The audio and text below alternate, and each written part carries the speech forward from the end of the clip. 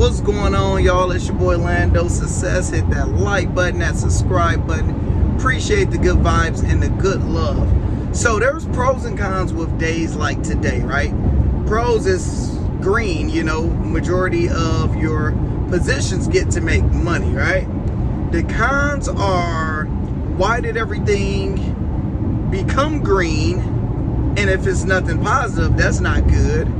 And you have to look at which companies didn't perform well today.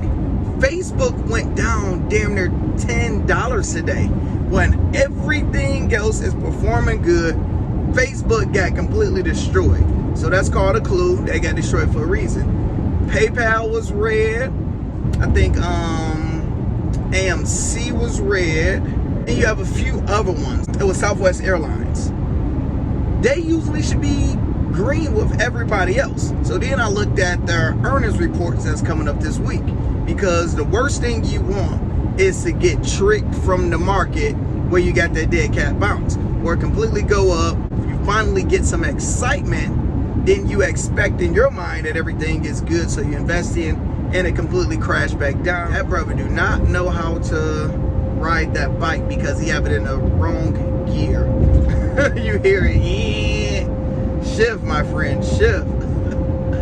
But what the heck I was just saying. So we have earnings reports with some companies, right? And I looked at it. The good thing is it's no big important companies. You have Smith & Wesson, you have Rite Aid, you have companies like that. You know, it's not too important. If they crash, most people probably won't know about it. And already tomorrow's futures are flat. Now, futures for today started off flat and ended up rallying up.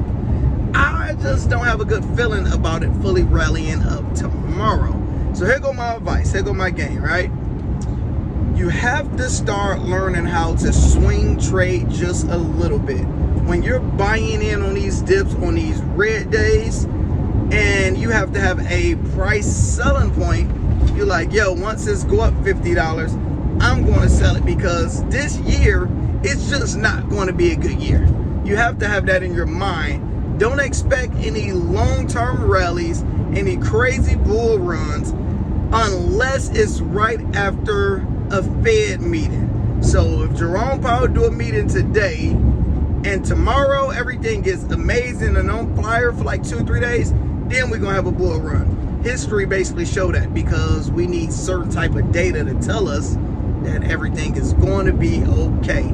So yes, pros and cons about green days like this. And just always remember, y'all gonna hear me say this a lot on this channel, always look at the world and see what's going on, and that tell you if the market should stay going up or stay going down. We haven't received any good news.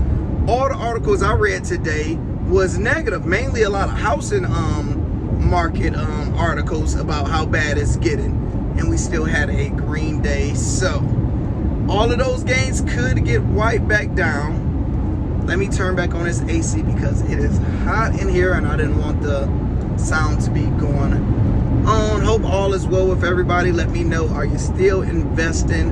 What you're investing in? Stay safe, stay cool, hit that like button. I'm out.